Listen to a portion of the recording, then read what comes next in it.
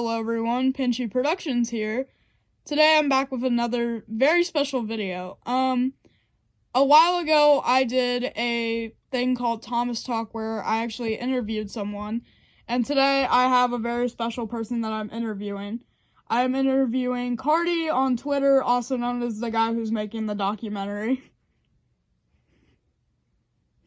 Hi, that's me. So today I'm gonna give him a little interview. So, thank you for coming on today. Yeah, thank you for having me. So, my first question is, what started your love for Thomas? I was just kind of born into Thomas. It was just always there. My brother was into it as he's older than me. And so growing up, you want to do what your older sibling does because, that's just what you do. He eventually grew out of it. I didn't. And so all the Thomas stuff he had got passed down to me. And here we are 26 years later, and it is still my favorite thing in the world. Alrighty. What is your favorite Thomas DVD and VHS? My favorite Thomas release is Cranky Bugs because I have fond memories of getting that tape as a kid. I grew up during that time of season 5. That's when I started, forming memories, and it's just one of those releases where every episode is a banger. Night Train is great. Cover art's beautiful, and yeah, it's just a perfect 10 out of 10. Alrighty. What is your favorite season? Favorite season, I would have to say my favorite Thomas season is season 5, and that's mainly because that's just what that was the new thing when I was a kid, when I was like, at the ripe age to like Thomas, and every time I watch it, it gives me a really warm feeling that no other season gives me. Season 4 comes close, but not that close. Okay. If you have one, what is your favorite toy range? My favorite toy range, I was always a big early Tomy fan. I really liked early Tomy and early Take Along. Those two I had an excessive amount of as a child. But now I don't collect the toys anymore. That's not my prerogative. But if I could still collect some, I don't know. Maybe I would probably stick with Tomy. Very nice. What is your favorite song or theme? Well, you're asking the tough ones. I really. That's a good question. I love the Toby song. I think Toby and Donald Duck. Honestly, all the season 4 and season 5 songs are great, except for the Island song. I do not like the Island song. I've tried to like it. It just doesn't work for me. But the rest of the 4 and 5 songs are fantastic. Okay. Why did you want to make an unlikely fandom? I needed to graduate college, and I had a class with a professor who was a documentary filmmaker, and he said, if you want to pass, make a documentary. And I was like, man, what could I make a documentary on?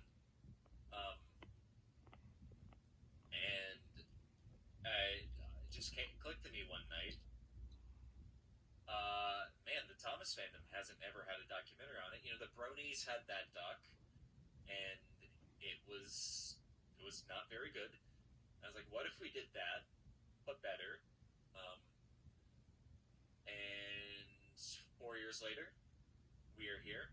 It has blown up into a bigger thing than I could have ever imagined, and received recognition from a lot of people from the show. And it's now it's just it's the world's biggest Thomas passion project. Okay. What was the first scene that you filmed? The first scene I filmed, I think I filmed some stuff at Tweetsy Railroad covertly.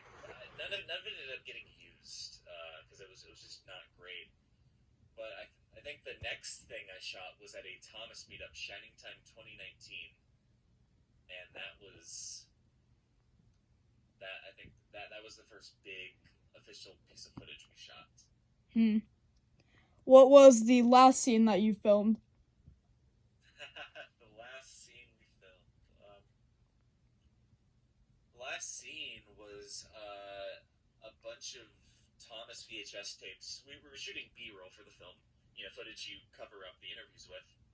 And my friend Star Switcher, we went down to his basement. He has a whole basement full of Thomas stuff, and so I just filmed his tapes because we needed additional B-roll, like old vintage merchandise, and that was the final shot of the film. Was just a bunch of old VHS tapes, and it's really cool. Alrighty. What was your favorite part to film? My favorite part to film.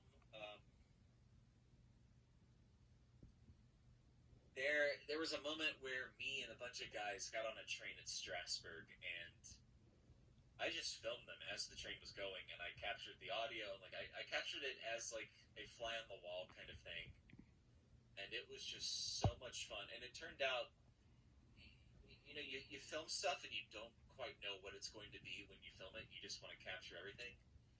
This sequence turned out to be one of the most beautiful parts of the film, and very intimate, and just very, very, very fun. Just a bunch of guys riding a train. That had to be my favorite scene. Okay. What was the hardest part to film? Oh, that is a very good question, man. The hardest part.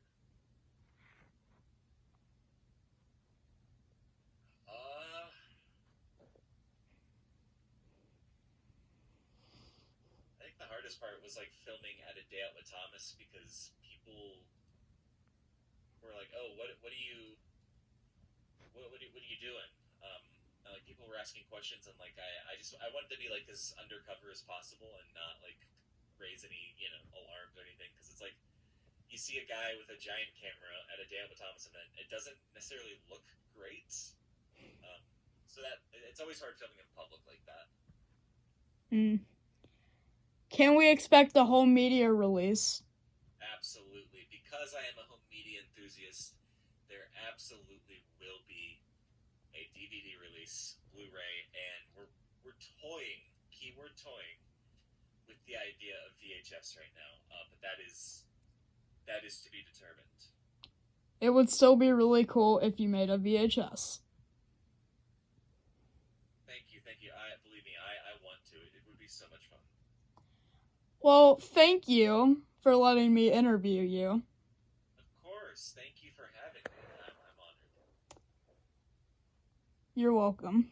See you all next time. Goodbye.